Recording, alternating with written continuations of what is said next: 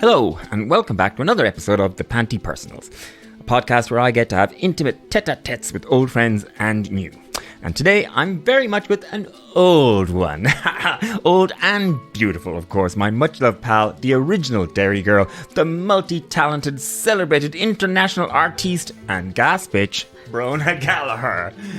Bronagh and I go way back. She thinks that we met in the George Bar in Dublin, and I will have to take her word for that because it was in the 90s and therefore I can't be expected to remember because the 90s were a blur.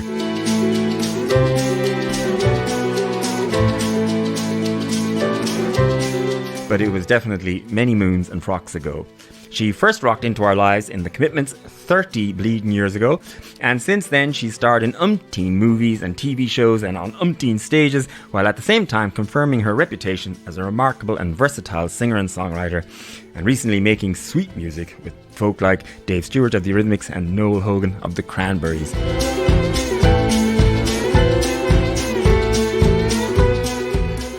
Bronagh, hi. How are sweetheart. you? I am very well. It's lovely to see you. It's lovely to see you because it has been an age. I honestly don't remember when the last time I saw you was. I mean, it was definitely before Miss Rona arrived. Yes, indeed. My corona. I think it was actually at I think it was Panti Bar. I think I was there with my fabulous aunties for a night out and you were doing your fabulous show. So yeah, but I mean... Yeah, it's all a bit of a blur indeed. Yeah, it is.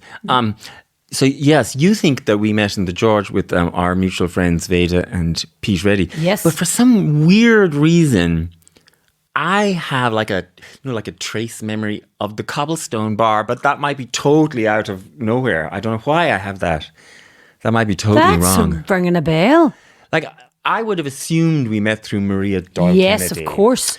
I think it might have been. But it could have been through Veda and Pete. Anyway, I'm glad I met you, bro. Right back at you.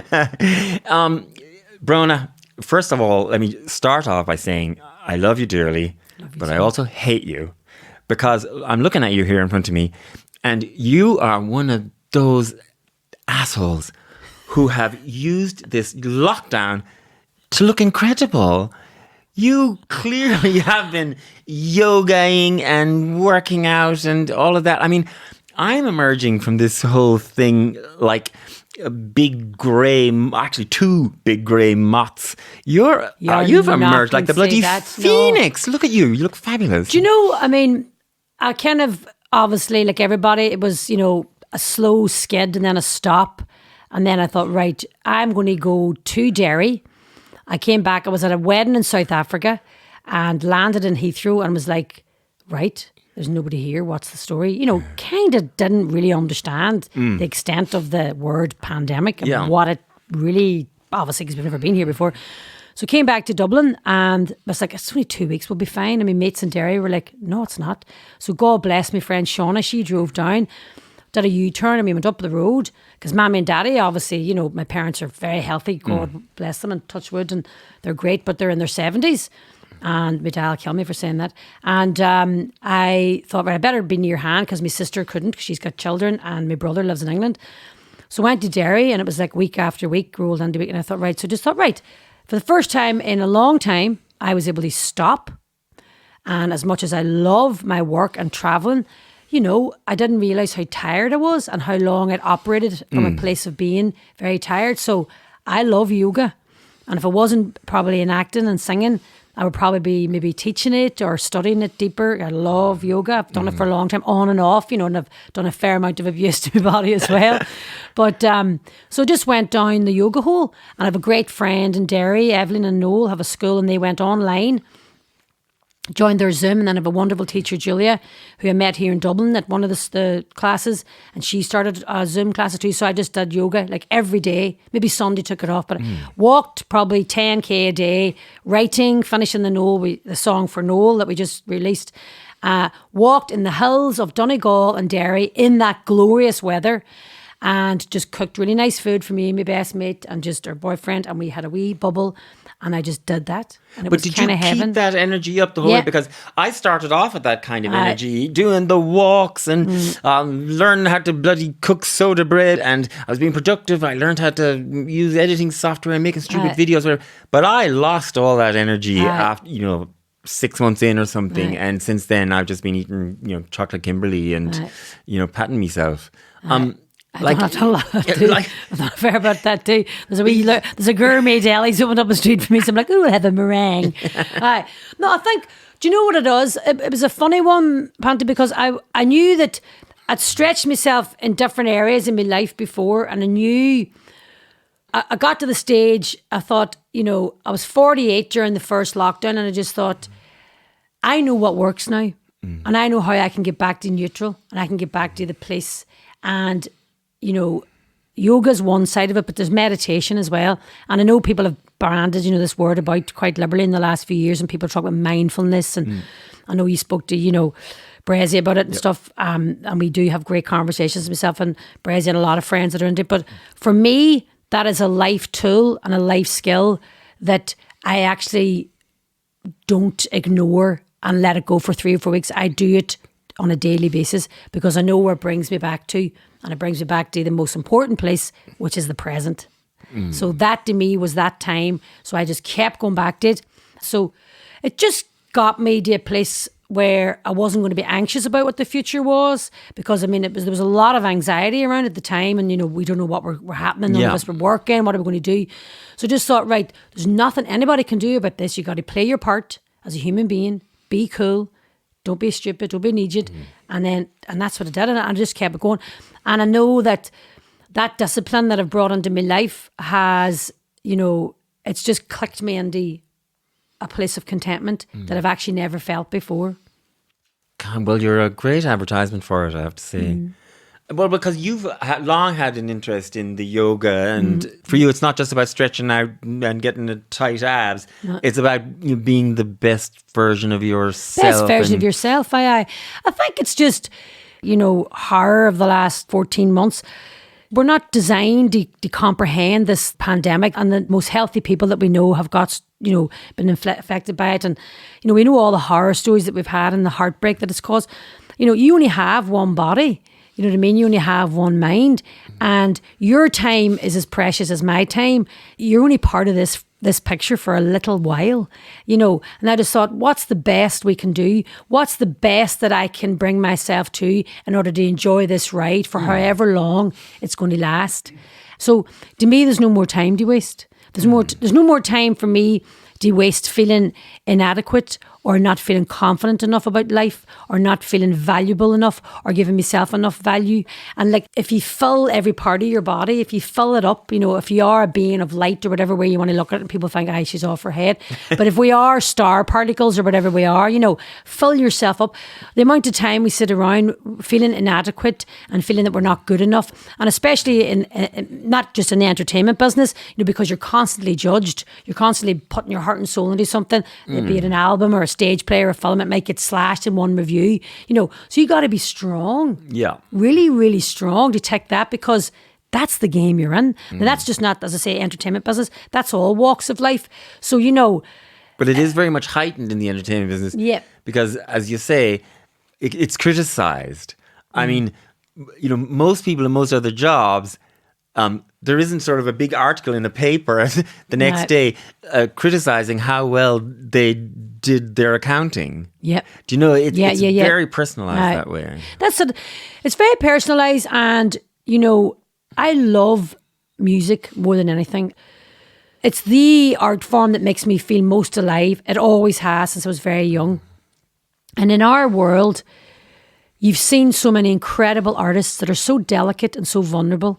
And all of the, toxicity that's available to people, all of the negative people, all of the criticism can be detrimental to the most talented of people. And you kind of think, how could they have took that personally? Or how would that person so talented be so vulnerable?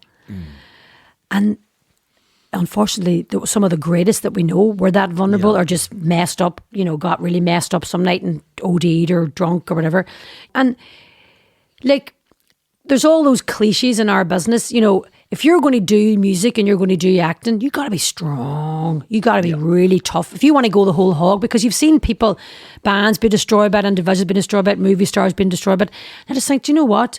What is the best version of me that I can be in a sense of just self-acceptance? You have your good days, you have your bad days, of course, but you just have to go, this is it. You either accept it, you either celebrate it, or you be depressed and you don't do anything.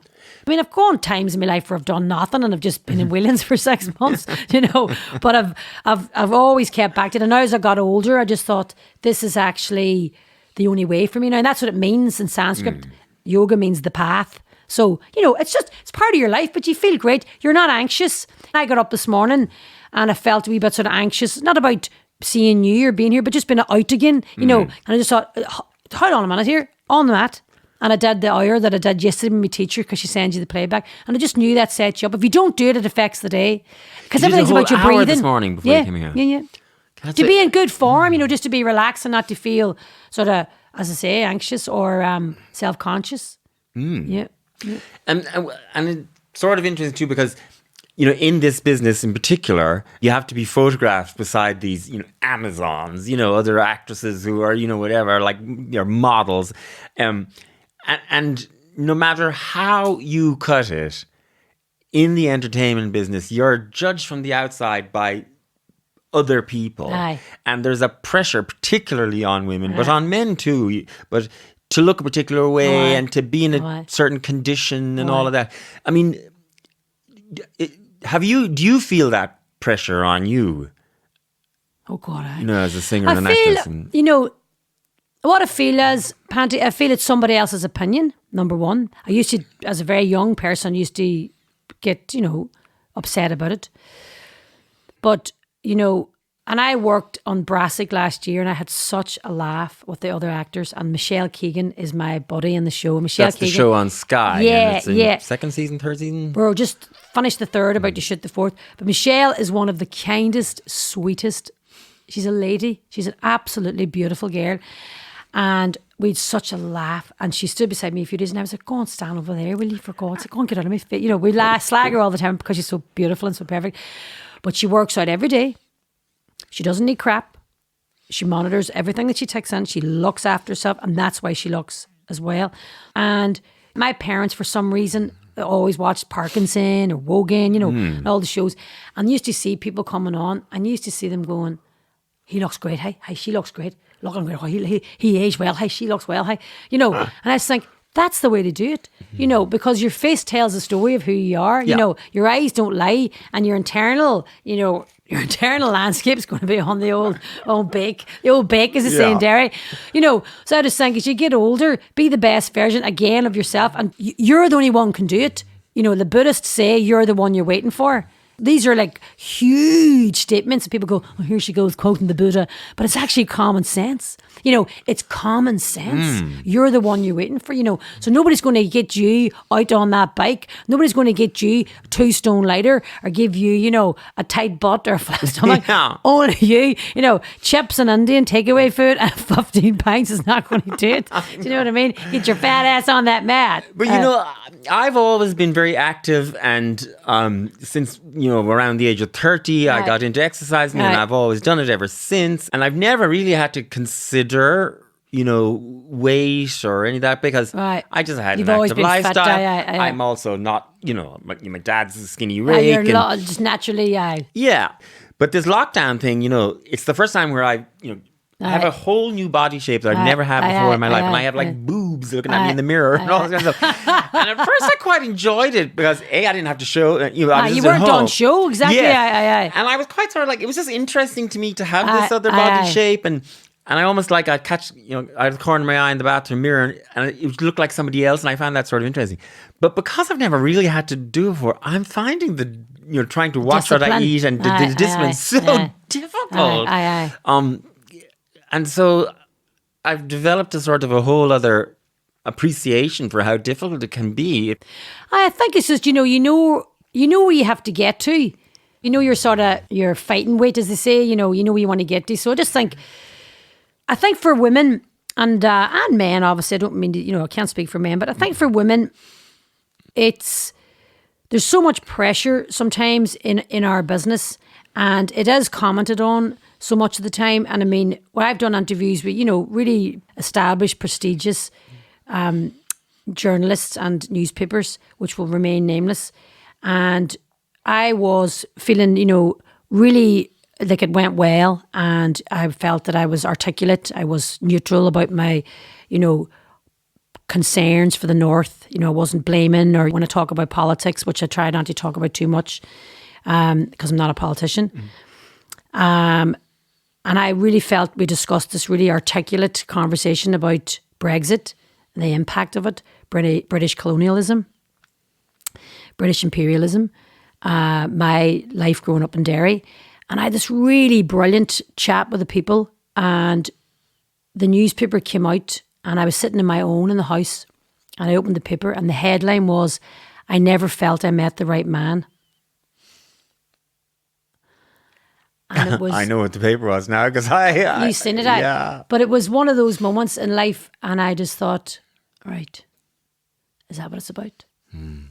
So that's what it's about, okay. And I was really, really hurt, and I was really upset, and just, well, that's a sub-editor. I have a lot of great friends work in journalism. I know the crack. Yep. They said that's a sub-editor. And I thought, here I am as a Derry woman, speaking about my country, speaking about politics, which I say, I don't discuss a lot, trying to articulate what I believe is a feeling and an essence for my community, the people where I'm from. I would never speak for anybody else. And that's all you got. Yeah. And there was a shift within me, which I know now is now known as a paradigm shift. And I thought, okay, that's the game I'm in. And I thought, well, I'm going to be strong internally, strong physically, emotionally, spiritual, and you can say what you want, because I'm not going to let strangers that I don't know or some patriarchal society make a judgment on me because I'm not what society perceives I should be.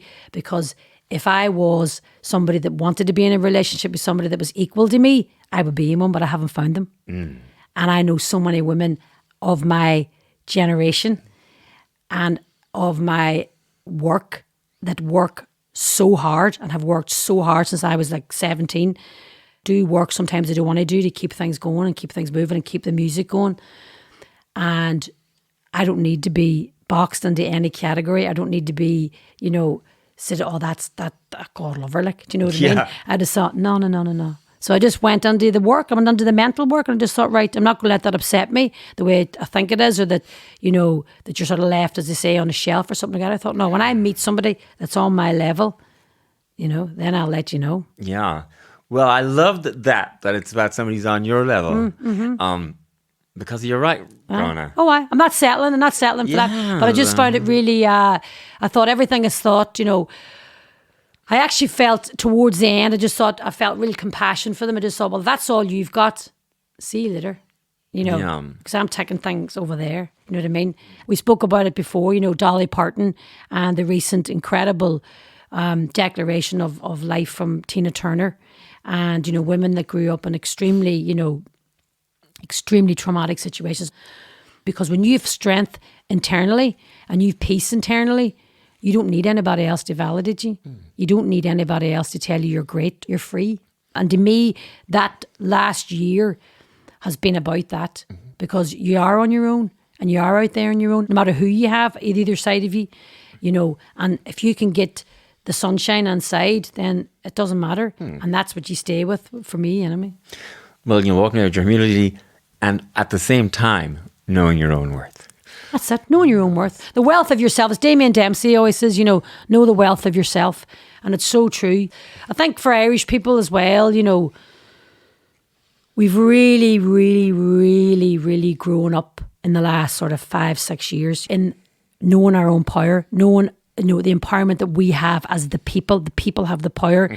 And I think that was the, same-sex marriage. In that moment when, when you were there and we were all at home, all in tears, and we were all watching it on our phones in the garden, and I was along with Brian Kennedy in my garden, and we were drinking pink champagne, and you were, Dublin Castle, and I went, this is the moment where Irish people have risen and then repeal the eighth a few years later. So that empowerment that we've had and, you know, post-colonial, you know, our confidence that was stripped off us with first, you know, British occupation and then church occupation, which kind of were on the same par of abuse. You know, we've found a voice now that it's non-retractable. This is us. We're only moving forward. There's no going back. So that's, to me, that this year was part of that, a sort of little self realization and a little self-revolution. Well, you know, I'm not a great Buddha guy myself or any of that, the yoga, but I think, and I have told you before, was something RuPaul once said. Well, I always credit him. Maybe he got it from somewhere else, but has been my source of strength in the face of all that kind of judgment and all that is what other people think of you is none of your business. True, yeah. You just waste too much energy on it, you know. I mean, everybody's going to have opinions about you and people are going to think you're crap and people are going to think you're fucking great, you know. But the bottom line is, as long as you know you're all right and you're doing your best and you're not harming people and you're not trying to blow out somebody else's candle, you know, to make yours shine brighter, you know. Like, life is pretty extraordinary.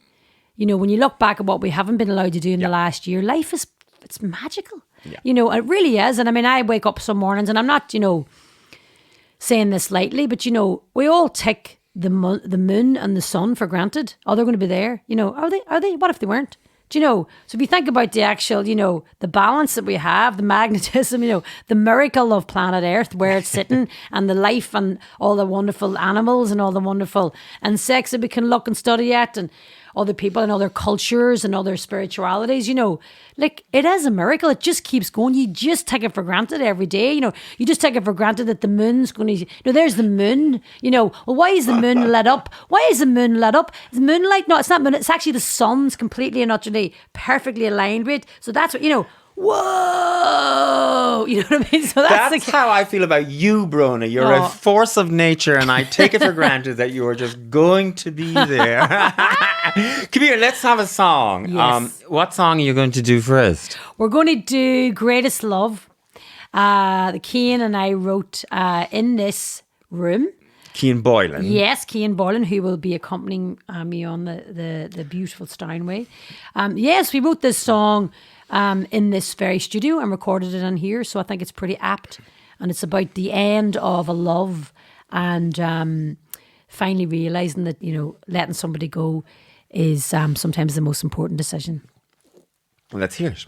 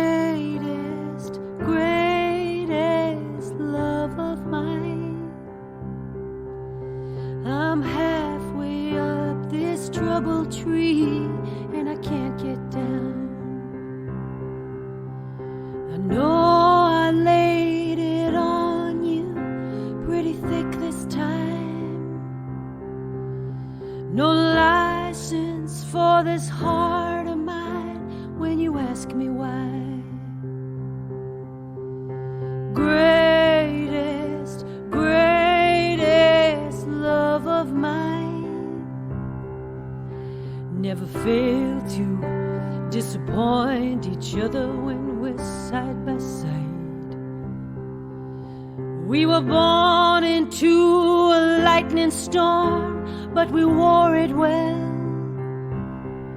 Makes me wonder if we're capable of love ourselves. I got kicked under the cover, couldn't keep from going under. No one warned me what the night would bring. My greatest problem is I believe every word everybody says. Daylight, reflection, comparison, fastest road to misery. When will the blaming cease? Realize now it's up to me. Greatest, greatest love of mine. No need to call me back.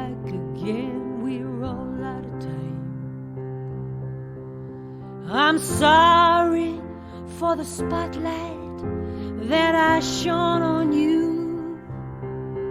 Gonna get down from my troubled tree and stop loving you. I got kicked under the cover, couldn't keep from going under. No one warned me what the night could bring.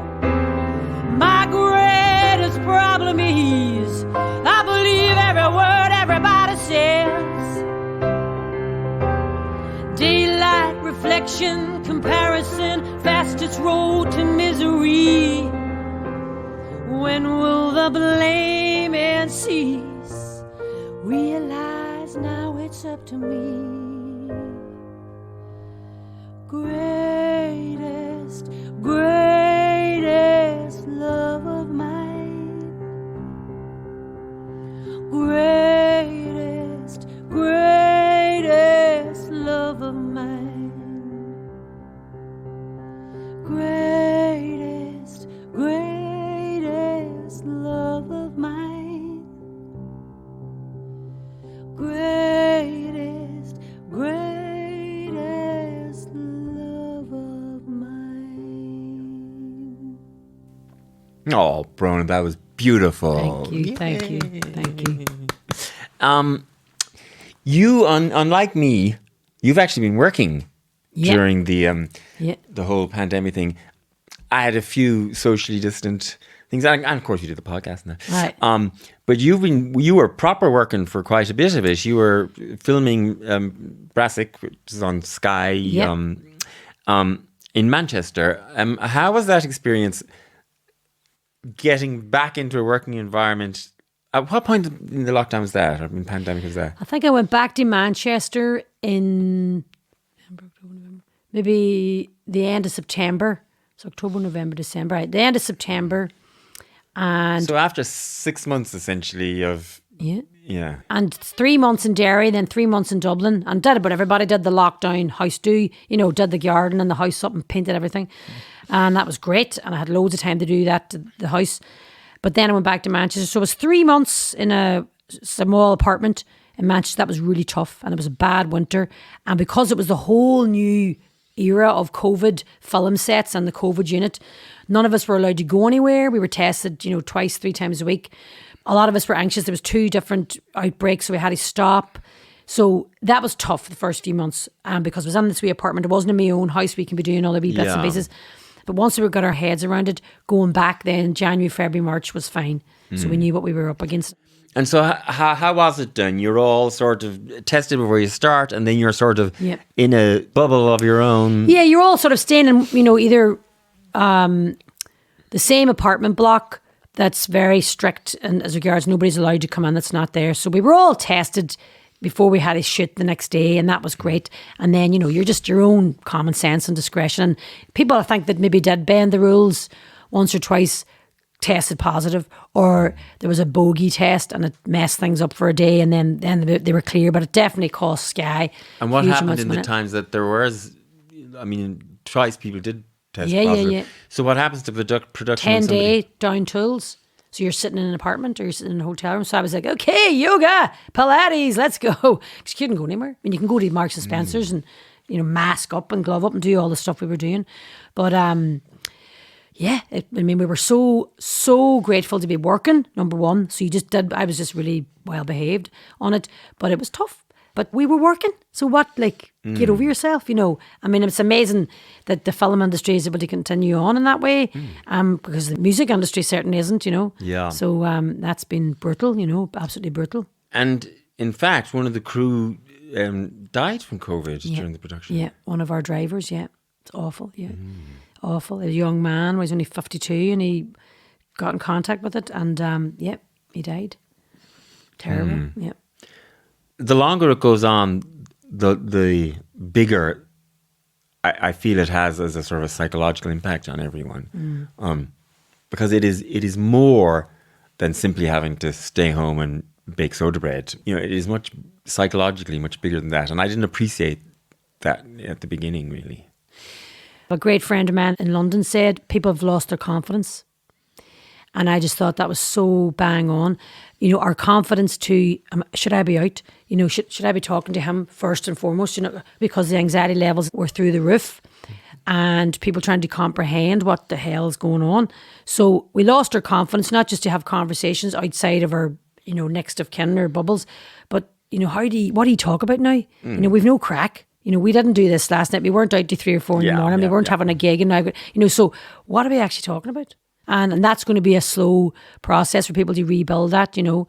And just when you thought you were getting it tight, somebody else is getting it even worse. So their know, business has failed. They've lost their property. They've lost, you know, all the awful stuff we heard. So yeah, huge impact emotionally on people, right to the core, you know, right to the core of who we are. Who are we?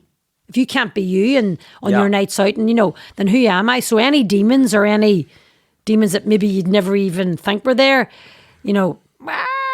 Yes, like an existential crisis. Yeah. Who the Very hell so. am I when I'm just sitting at home all day, every day? Exactly. And you've no control over it. Then you hear of completely irresponsible people that are meant to be in charge doing brutally stupid things and jeopardising the community trust of people thinking, well, if they're doing it, I'm going to do it. And then there's a spike or whatever, you know. So I think, brutal. Brutal. But like, apart from regular working, you've also been creative. So you've been writing and collaborating and, you know, writing songs with other people and all that stuff. Which this is also part of the reason why I'm deciding to hate you today. Because I've had none of that creative energy. And partly, a lot of that, I think, to do is what you just sort of mentioned there. The fact that every day is just exactly the same. So I don't find myself being sparked, you know, creatively. But you do not seem to have had that sort of creative doldrum. I didn't, you know, I mean, I think because a lot of the time if you're writing songs or you're making work and you're in here in the studio with the lads, you know, you're in a zone and you're on a flow. But I knew that I had all this time now.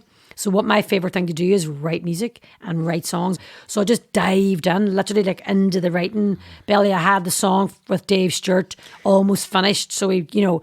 Tell us that's the story of that, because the backstory of that's quite fun, actually. How do you end up working with Dave Stewart from the Eurythmics? Well, Dave, we'd met maybe 15, 16 years ago at his 50th birthday party. I was a guest of another friend who brought me to the birthday party. Oh, you were a guest of Brian Eno. Yeah, I was indeed. I was a guest of another friend. Don't you? Name dropping there. The big name drop ahead. Is great. And so we went to the 50th and it was fantastic crack. And, you know, so he kind of remembered me. I don't think he really did, but cut to the West End. It'll be 4 years now. I was over doing The Girl from the North Country, the Conor McPherson's brilliant play with Bob Dylan's music. So we were on the West End, and the beautiful Dick Clement, who was one of the co-writers of the script of The Commitments of Roddy Doyle's brilliant book, obviously. So Dick and Ian Lafreni wrote the script with Roddy, and Dick came to the show in the West End, and he goes, I know that woman, but I had the blonde wig. I was doing the sort of Barbara Stanwyck vibe. I made this kind of movie star. I made jump, but with great crack, loved the show. And Dick came and had a drink afterwards and made a great night. And he goes, I'm in LA. I said, I'll be over next month. I'll give you a shout. So we hooked up. We went for dinner with him and his lovely wife, Nancy. And he said, I'm doing a piece of work. I want you to have a listen, and would you be interested in doing a wee bit of singing? We're writing this piece of work with Dave Stewart. I said, no problem. I think I might owe you one. So we went down to the studio, sang the wee bit of work that they were working on with Dave and Dick and Ian. And I went to Mexico, darling, as you do, for a week to Tulum. Fabulous, my favourite place. And when I came back from Mexico, Dave said, would you come back down and fix a wee thing? And Dave says, right. He said, and you play your own music? I says, I do. He says, you write your own stuff, do you? I says, aye. He says, I heard it. He says, I was listening to it. She never brought me a record. I says, no, I never did. I wouldn't be in there, you know, shameless self-promotion. And I says, no, I didn't. He goes, it's very good. I said, do you think so? He says, your band's good. Who's them boys? I said, oh, that's the A team in Dublin. So I was telling him, but he just got it, like, you know, totally got the vibe. So he basically says, I love the lyrics. Who writes them? I said, well, I would write the lyrics, you know, and the music, you know, I'd come up with some ideas, but I'm not really anyway a musician that can play it in the guitar, but I've got amazing guys. So they played. So, you know, team effort. And he goes, I was thinking maybe you'd want to write a song with me. So I was like, what do you mean? And he goes, yeah, like we could write something together. And I was like, really? And he didn't know. Like, I was a massive Eurythmics fan. Like, that's the band that were my teenage band. I mean, I was into all my soul, my reggae, my blues. Yeah. But the Eurythmics were, you know, because they're soul, you know. Yeah. Pop. And you're the perfect age for Perfect a teenage age. obsession. Oh, I had the jacket with the patch in the back and the school bag and all the badges and all, and the poster on the wall. Knew every record, like obsessed. And I was like, really? And he goes, yeah. I remember getting a wee bit of a sort of panicky sort of setting in, and I thought, just breathe. And I could feel the sweat running down my back. And it was LA, like it was really hot. And I think there might have been tequila involved the night before. And the sweat was in the back. And he says, right, let's go. And he lifted the guitar, walked into the other studio like this. And I was like, what, like now? And he goes, yeah, well, what, have you got a few hours? And I was like, yeah, oh yeah, okay, I suppose I do. And we sat down and there he was playing. I thought, well, just go for it here. Yeah. So I thought, I was seeing this guy and da-da-da-da-da, and it was a bit of a game, and, wasn't sure, and I really liked him, and he was messing me about. He goes, right, so it's a bit of a game, bit of a truth or dare. I said, yeah, a bit of a truth, but down it went. You took me right back to the start. Oh, she done a number on you, she really broke your heart. All you wanna know now is how I do it on my own. You can't stand to be alone. But we sat in the studio beforehand and we were talking about production, and that's my obsession, production, how records are made. And so we just banged on about music, like anybody that would listen to me, they'd be falling off boredom, but you met somebody that was as neurotic about it, and we just started coming up with the idea. Was the truth? Just a game to you, baby. You don't believe a word I say. So I got the demo that we did that day. He sent it back to me. And I said, look, and I thought, right, we're going to woman up here. I said, can I play this in Dublin with my band? Because you know how good they are. And he was like, yeah, it's all yours. I said, so we'll just co-produce this together. I'll get the lads in. We'll work it out with the A-team. And we'll take it from there. And I'll send you back what we've got. No problem. So it was like a, chess. So your move. And I says, right. So now we've got this. He loved it. And the song is called Truth or Dare. Yeah. And then we got Lucius, the girls from Lucius, the incredible American singers that I seen on Jules as well, like 10 years ago, and completely fell in love, madly in love with the two of them because they're such incredible singers. And we became friends. So that was it. And it was great. And to come out, really well received. So we were delighted. Was the truth out there? Just a game to you, baby. Don't believe a word I say. I went a little bit crazy. And there's a very cute video with it too. I mean, it's a very cute song. Like it's so fun. You know what it was? Because it was lockdown last summer, I recorded myself in the kitchen on my own with my phone on a top of a pile of books and something. The girls recorded themselves in LA. Yeah. And this is a bit of trivia for you now. So Dave, when the pandemic broke out in obviously America, he has also got a place in Bahamas, as you do when you're a big rock star. Yeah, because he's sitting down wearing Bahamas shorts, and at first I thought, Dave Stewart's in a skirt. That's what it looks like. He's in his Bahamas shorts. Yeah. So Josh Stone filmed him singing his. Not a lot of people know that. So we basically cut it all together. So we worked on it together, but no, he was brilliant. So yeah, it was really cute. It came out really well. Cute, Thank you.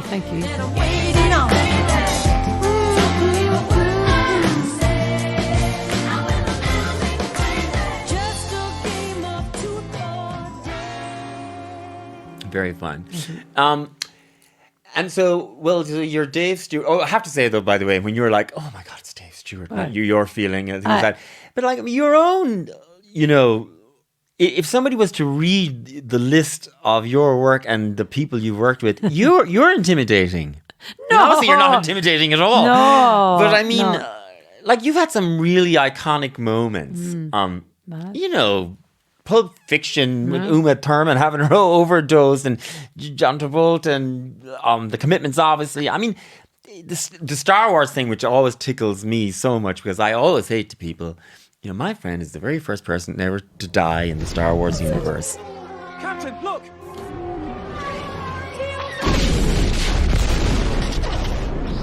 Like, that is, to other people, that is so huge, and you treat all that so lightly. Do you know what? I mean, I don't sort of treat it lightly in a sense. I'll tell you what it was. It was so overwhelming at the time. I mean, I was in LA visiting a friend, and that whole Pulp Fiction experience came up. But I knew how brilliant Quentin was, because I'd seen Reservoir Dogs in London in the cinema, and I just thought, this is like Shakespeare, man. This is like the Seven Samurai. Who's this dude? And then when I heard the name, because remember it was such an amazing name in LA, this guy turned to, I was like, Reservoir Dogs. He's amazing.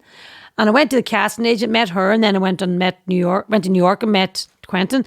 But, you know, when something's that mammoth, you kind of, because my part was so wee, I kind of felt so like, oh yeah. You know, I just didn't want to be sort of, you know, overdoing it. But I mean, it is amazing. And he was such a great guy, and it was such a beautiful experience. I mean, you know, what I found there last year, funny, Mammy was cleaning out. Well, Mammy wasn't cleaning out our studio because my mother has a studio at the top of the house, and I call it the Maeve Cave because my mother's an artist and she makes the most extraordinary patchwork quilts, which will make anything. If you sit long enough, you'll be covered in something. But I love a good patchwork oh, quilt. do you? Oh, yes. oh, jeez, if I tell her you want one, she'd be down the road. She'd be like, I call her the patchwork warrior. She was down the road, or Rumpelstiltskin. But she's an amazing. Seriously, I love a good patchwork Oh, quilt. there'll be one coming down to you. Yeah. There'll be high heels and everything on it. But she's an amazing artist, and she's so kind and just makes things for people. She's brilliant. But she was clearing out a section of the bomb site that is her studio, and she found the call sheets from Pulp Fiction, the original call sheets. And I must have says, "Mommy, keep them." Yeah. They were in a book, and they're all hand typed because it was pre-computer. Oh, yeah. So it's photocopied pages with the Pulp Fiction thing and the hand typed John Travolta, Uma Thurman, me, Eric, Rosanna, and I think Sam Jackson's in for a wig fitting. So, I mean, I thought, wow, so the two of them. What year was that? Because to me, that 90 seems like not that long ago, and it was all. No, it's 93. I mean, Commitments came out in 1991, 92. I think it was 93. So it's kind of incredible that you look back and you think, wow, yeah, you know. So, I mean, I just think, what a joy to be involved in something like that. You know, it was a brilliant piece, and he's a brilliant director. Like, he's top man, you know. Well, you know, and you know, for me, you have a slightly iconic, yourself and Maria, of course, because The Commitments for me is one of those things that for me has a special place because I was living in Japan at the time. That's right, I remember you telling me. And there's absolutely nothing Irish in Japan, like nothing. They don't know where it is. They don't know, you know, they think you're talking about Iceland, like nothing. Yeah. And suddenly this movie came out, and now it made a dent. Oh, aye. And the fact that an Irish thing made a dent at all. So I was just like, I have to find where this movie is playing out. You know, I'd heard about it and I had to go and find. And I started going there, you know, on my own in the afternoon in the middle of Tokyo and just suddenly stepping into the north side. Do you know what I mean? And so I have very fond feelings and memories about seeing The Commitments that day and feeling like the first pre-internet, so there's no FaceTiming, there was none of that, so to see home and go up on the big screen in the middle of Tokyo then I know I know when you see it, when you look back at the movie, and we've seen it over the years, you know, different sort of festivals we might have went to, and I think we did a big festival in the Czech Republic 20 years ago, and it was the first time I'd seen it, you know, obviously in 10 years, and it is, I mean, you know, it's a masterpiece as regards films come along. You know, we all have to remember the late, great, you know, master Alan Parker. And Alan was a master filmmaker. And, you know, that him and Linda Miles, who also we must mention, whose idea was to bring the book to fruition and make it a movie. You know, the team were, you know, the best of British cinema at that time, and Irish writers, obviously, and then the Irish talent that they got. And after The Commitments, we all have to remember, the Irish Film Board did not exist at that time. After The Commitments, the producers and the sort of, you know, the community of film people and the producers that would have been in that world or in other worlds, they went to the government, obviously, and they said, look, we need to re-establish this, or whoever, you know, they went to re-establish the Film Board because the gates opened. So, you know, I think when we did the reunion 20-year anniversary gig in the Point Depot, and we all walked out on stage. So we'd done, I think, Glasgow, Liverpool, London, and then Dublin. And we walked up that gangplank up onto the Point stage, and there was like 18,000 people in that audience. You just thought, this is people's favourite film. Nowhere to run to, baby. Nowhere to hide. When I look in the mirror, pick up my hair, I see your This is their film. It's part of your life because it, you know, people didn't go and see it once. They went and seen it 3 or 4 times. So, you know, and I say this with the utmost honesty out of my heart, Panti. It's like you won the lotto as a kid getting that job. I never took that film for granted. I never, ever disrespect it. I never go, come on, you know. Yeah. Yes, you get tortured now and again, but I was part of something that was magical. Yeah. And that changed my life. I was at school in Derry and I heard soul music. Hold on a minute here. You know, the munchkin of soul is ready to rock, as my mates called me. Do you know, I was like, oh, hold on, soul music. My mum was like, Brona, they're from Dublin, the wee girls. I said, it doesn't matter, it's only an accent, it doesn't matter. And I was literally like phoning Ross Hubbard, because I'd done a couple of jobs with Ross and John, God bless them, before. And I was like, I need to be in that film. And they were like, no. As soon as you open your mouth and that Derry accent comes out, no, I need to be, you know. And I just knew myself, no, I'll be in that film. My mum was like, here we go, Jesus. You know, but it was literally just like, I just felt it in my whole, you know, my heart. I'm going to be in that film. There's a real determination and you sort of steel core to you, isn't there? Because Well, at that there age was to be so back then, determined and to be calling up Ross Hubbard and but I just knew that, well, you know, I had an agent and I just thought, well, can they not get me seen for that, you know? It's because it was the music, because I was obsessed. I had the bag, I had a green canvas rucksack and it was just soul tapes. You go to Belfast looking for that mod that had that tip with that candy statin. So where's that mod, Philip? And we got, give me that tip. You tip it. You drive down in Belfast and tip in the tip because you couldn't get the records. Rare soul, rare Memphis or rare Philadelphia soul. Obsessed.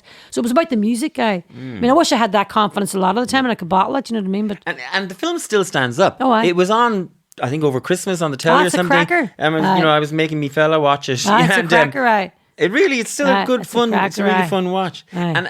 And you're right. It and My Left Foot Aye. and Eurovision Aye. and you two. Aye. Those four things at that Right, time. and the World Cup. Yes, and the Aye, World and the Cup. World but Cup. It sort of put Ireland on a Yeah, world stage yeah. culturally in a way that Yeah. it felt like we never had been. And Aye, it gives us a confidence again. You know, I think all journeys in life are joyous if you're confident, you know, and you've confidence about stuff. And I just think, you know, we'd been through so much. And you think of the poverty in Dublin back then. You look at that movie and you just think, yeah. oh my God. Yeah, it feels You know, like another century. It something, really yeah. does, you know. And what it did, it opened the floodgates to, you know, an industry that is flourishing. Yeah. And, you know, you think of the skill and the incredible talent that we have now, not just obviously in our actors and our young actors, but in our crew. You know, now it's not rare for us to hear, so you know, Saoirse is up for Yeah. another Oscar, or, you know, Lenny Abraham's up for, you know, we have, you know, a thriving, wonderful industry of top players because we got the confidence to go, no, hold on a minute here. You know, and that's the beauty of it, you know. Yeah. Aye. You're going to do another song for us. Yeah. It's called So the Story Goes. And again, I suppose it's about the internal language inside you, your internal clock, the internal voice, inner dialogue. And it's about quieting that in the mind. And that's what I feel. Obviously, meditation is a great skill for that. Changing the cogs, you know, realigning things up, you know, re-sculpting your internal, you know, cognitive patterns. And that's really what this song's about. And self-empowerment. And once again, the delightfully suave Mr. Cian Boylan is going to be accompanying you on the ivories, darling. Champagne truffle, that's what we call it.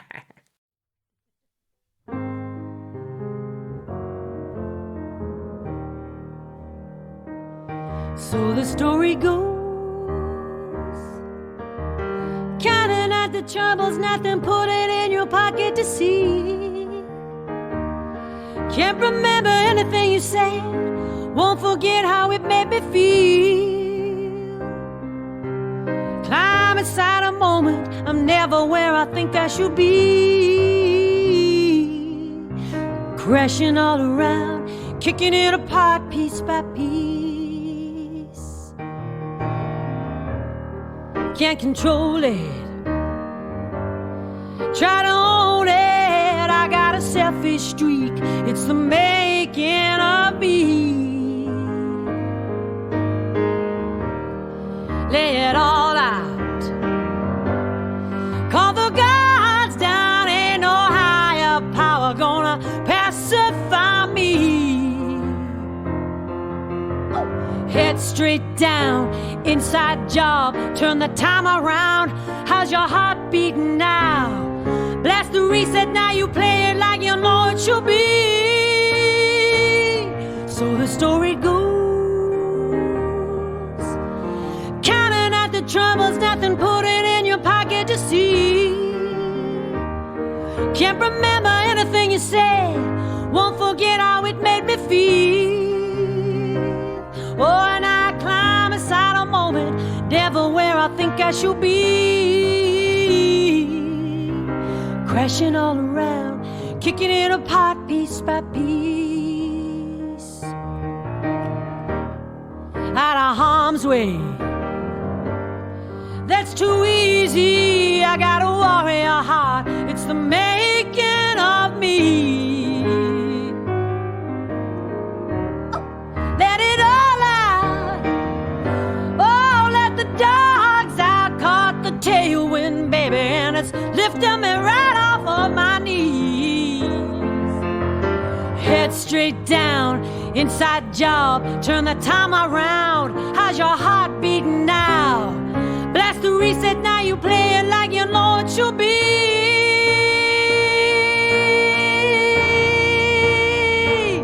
So the story goes, counting out the money, nothing but it in your pocket to see.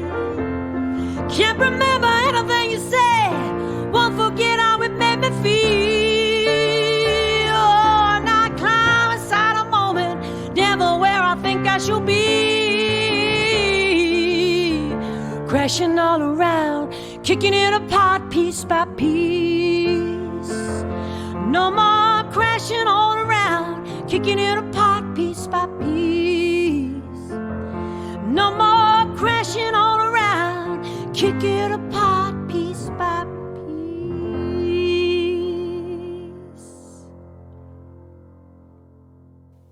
Yay.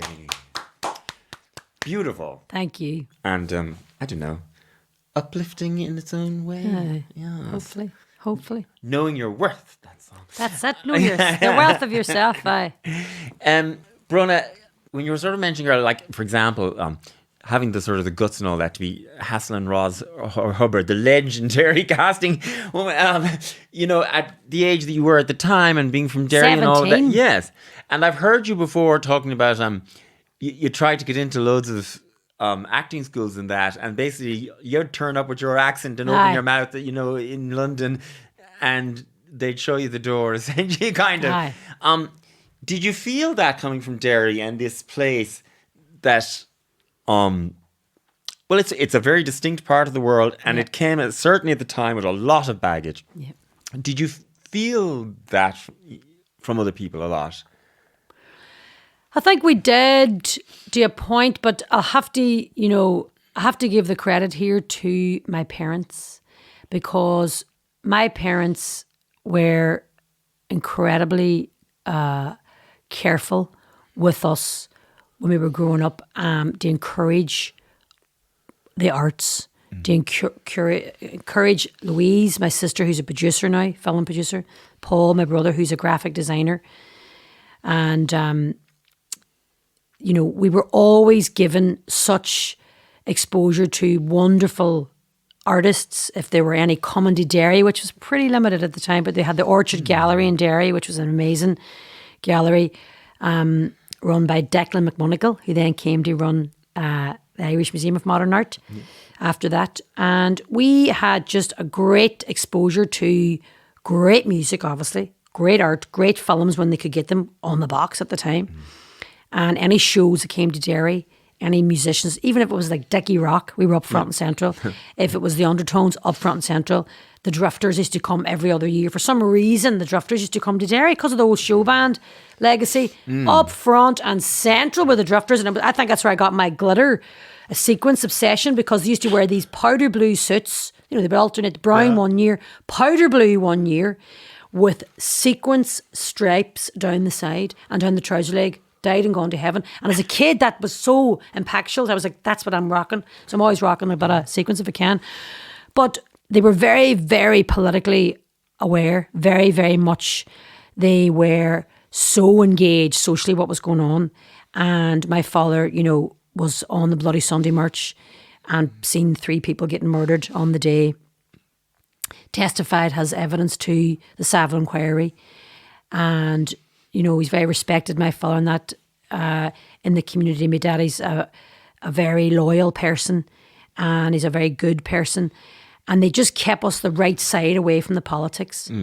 But it was a massive challenge for them, to keep your family safe during that time. It was tough.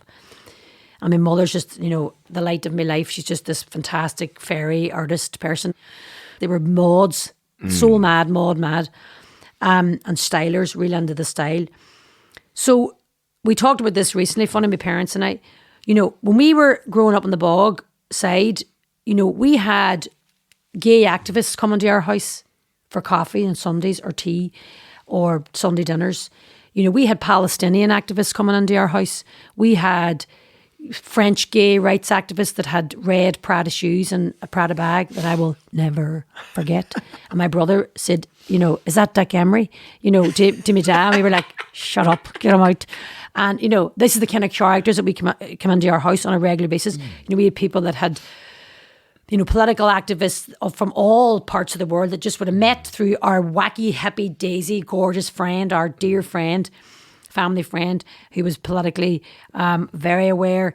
And so we were growing up, we were never told that was right or that was wrong. Everybody was brought into our house and we were educated about everybody. We were educated about people on the other side, the British Army, the RUC, what that's about, straight people, gay people, black people, Palestinian people, Basque separatists, but you were taught about civil rights. That was the backbone, and equality. So when I went to London to do the auditions for RADA, and they immediately picked up, on my accent, they couldn't understand me. And what are you saying? Where are you from? And I was like, I'm from Northern Ireland, I'm from Derry. And I just knew this is not the place for me. Because this is the way I speak. And I went home. And I didn't get into any drama schools. And I auditioned for 7. And then I got into the National Youth Theatre in London. And my daddy and mommy were like, I was 17, but I was going. There was no stopping me. And then I got a part in a small film in Derry at the same time. So I ended up doing the film in Derry with Michael Winterbottom. Yeah. And then the following year did the Commitments. He really started well. But I don't even know if I've ever told you this before, but my very first, interaction, connection, anything with Derry was when we were kids. So the 70s, and I don't know what age I am. I'm 8 or something. And we're told that these kids are going to come and stay with us in Ballinrobe for the summer. We and we're like, and this bus arrives down and we're all just very excited in Ballinrobe at the time, very small town. And here was a whole busload of new kids and they all get off. And all I knew was that we had to be very nice to these kids because these kids were from a war zone. From a difficult war place. And these kids get off and they all open their mouths and they're all with their broad Derry accents. And I was like, well, because they're just like you guys. And I said, well, they don't sound just like us guys. But the gas part is always, my mother, so we had 2 girls come to stay in our house, from Derry. They're all from Derry. Oh, they're all, I wonder who they were. They never break away from the troubles. And they arrive and they're very nice little girls and they're being polite and they're giving my mother a present. And my mother does the mother thing, very, making a big deal about opening up the present. She takes it out and it's a rubber bullet mounted on a stand that says Bloody Sunday printed on the side. And of course, I didn't know what that meant. And for like years afterwards, my mother had it because she felt she had to put it up. So it was on a shelf, hidden behind something else for years afterwards. So that was, to me, you guys were these alien kids who were living in a war zone, who were coming to Ballinrobe to get away from it all. I mean, so Derry had this, it was another world in comparison to. It was another world. When I first came to Dublin when I was 17 to meet my friend David Wilmot, and Dave said to me, come down to Dublin and stay with us. And I got off the bus, Dave picked me up, and I was staying in Joan Sheehy's little flat in Temple Bar. And then I went to the Coffee Inn. And then I went up South Ann Street, Grafton Street. Okay. And all these hippies and all these rockabillys outside, Brussels. I was like, oh my God. It was like Vegas. It was like the Hayton Ashbury. It was all, I'll have a bit of this. So it was another world.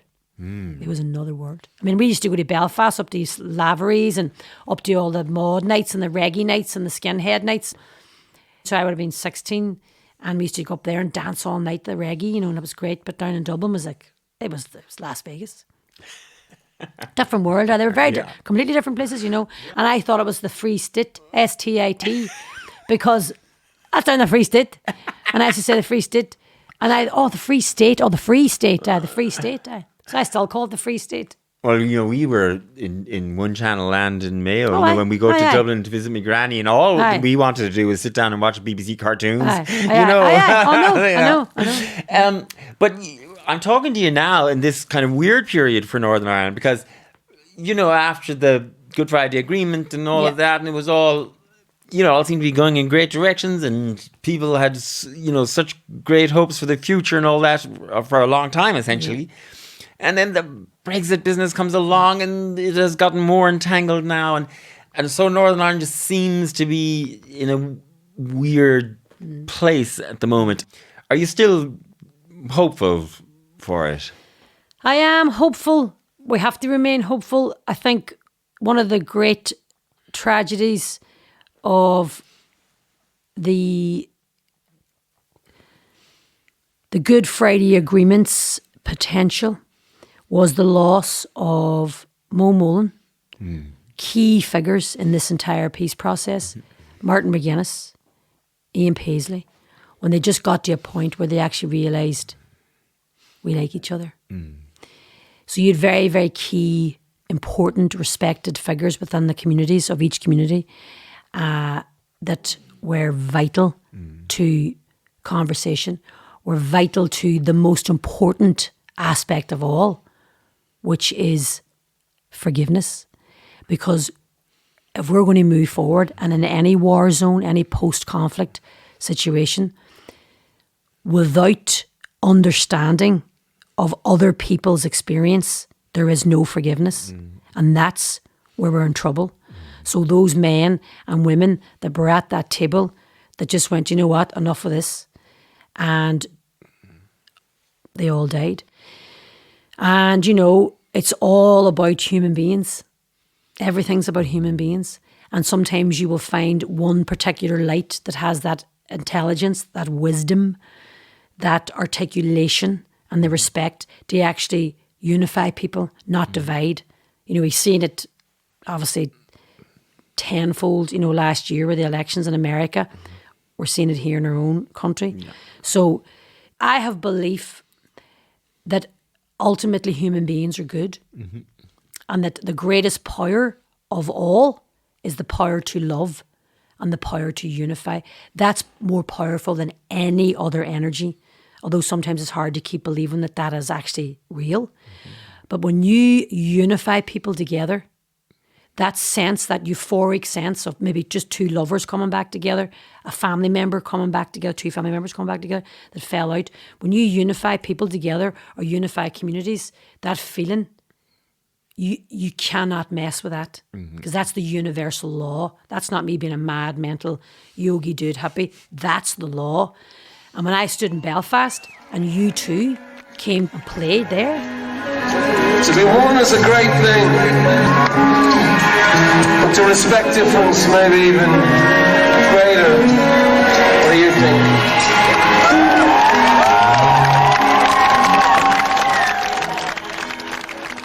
And you had the RUC at the time, this is pre-PSNI. You had the RUC standing back and letting young people come on together. Not young people, I mean everybody was there. You know, your dog was at it. You know, everybody was on that field to see you two playing. That was like, and that was to me, that was like, come on. You know, come on here. This is the way it should be, man. This is the way it should be. One is in my life. One love, you get to share it. Leaves you, baby. Don't care for it. So that, you're going to get all of the voices, you know, all of the voices of the lost tribes now, you know, spouting out that this is the way forward. No, it's not. We've no room for that in politics anymore. We don't want it. Nobody wants it. The people that are stopping this happening, that have prejudice in their heart, that have a born sense of entitlement and inequality in their heart, there's no room for them anymore. And all of the other people within the communities that used to support them, they don't, because people just want two things: to be loved and to pay their bills. You know, you hear people when you go home, and I stand and talk to my friends and my daddy's friends, my mommy's friends, and that you know, truth that they come out with, the truth that nobody might ever hear, you know, the women that lost their sons, the women that lost their husbands, the women that lost their children, and the men that lost their wives, and all the people. And when you hear that, you know, that's the universal want that people have. There's no such thing in Derry anymore as cross community. You know, we're getting rid of them words. All we have is a community. Yeah. So people at the top that think they're going to stop it, no, they're not. Because it's the people in there that, again, as we said, when we seen what happened here with the referendums, the people have the power. And it won't be tolerated. It won't be tolerated because no one wants to go back to what we had before. And all the people that are radicalising young people, vulnerable young people that aren't being brought up properly with morals and respect. But the men and women that are not giving those people and those young people a chance to have a good shot at life, that are radicalising kids with dangerous ideologies, that are not political mandates, that are nothing to do with the people that died for Ireland or before. They wouldn't even understand it. They couldn't spell their names. With the racism that they have in their hearts and the utter anger, you know, work on your anger and put it somewhere positive. Do not be handing young people guns. And then we're going to end up with the horror and the heartbreak of situations like Lyra McKee. Do you know what I mean? Yeah. A voice of Ireland, the future of Ireland, you know, because that morning when we woke up, that April morning, and you heard about Lyra McKee, you know, that was one of the darkest moments in my life. And my mother rang me, and I was in London, and my mother was crying on the phone, and she just said, "It feels like bloody Sunday." And I thought, oh, no. You know, so all the people that think that they're hard men and hard women, have a word with yourself. It's over, you know. Yeah. Well, I hope and pray to Dolly Parton. I pray to Dolly every night. Works out. Yeah. Before I let you go, Bronagh, what are you up to now? What's next? What's going on? Well, we are finishing the record. We are working on our latest record now. We're going to have a new album out next spring. We've just finished with the beautiful Noel Hogan on his record, Cry Baby. Yes, and I saw you on the Late Late Show doing Cry Baby, and you were spectacular. It was that's great Noel Hogan fun. from the Cranberries. Noel was in the Cranberries, absolutely. And he's you collaborated on his and own. wrote together. Yep. You told me there was beauty too, that I shouldn't hide my eyes. He's his own work now, very much out front and central. So yeah, we had a great conversation last summer through Ciara Davey, my music manager, and she introduced us, and we spent a lovely few days chatting about songs and different records that we love, and we came up with this idea.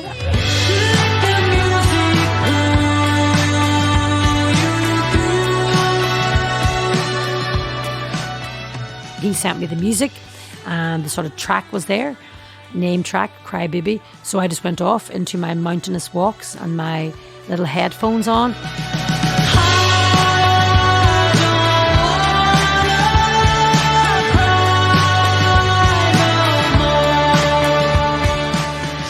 And so it was great fun. I wrote that during the whole sort of first 3 months up in Derry. And then I came back, recorded it here with Connor, the vocal, and then we sent it off to Noel thinking, well, you know, it might come to something. And he mixed it with his fabulous engineer, Cian Townsend, in London, and boom, it's been a great, you know, greatly received. It's been great, yeah.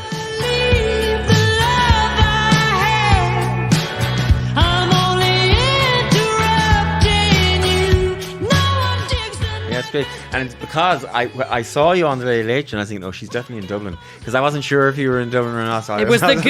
You were looking at it. It was the Goon. And is there any more? I mean, you've just finished doing another series of Brassic, filming that and everything. Do you have any more projects coming up? Yes. We are going back to Manchester in July to start Brassic 4. So I'll be back there with my Carol hair extensions and my fabulous 50p clothes, looking the part. And then, we're going to get this record finished. We're back here in the studio, and we're going to finish my 4th record with the A-Team. Yes. Yeah. Well, I look forward to that and much more, Bronagh. Thank you, honey. It's been lovely to catch up. Lovely to catch up Lovely with to you. see you. You Love your cape. I wore that for you. Your sequin cape. Thought I is better not be a out-sequenced. delight. If anybody could out-sequence me, it's you, but I thought, not today, sister. And I'm sitting here in yet another caftan. Oh, this one has kind of a oversized shirt dress quality problem. to hide my new baby bump. Your love handles. A delight as always, Aye, Bronagh. great to see you. Thanks for coming in. Thank you.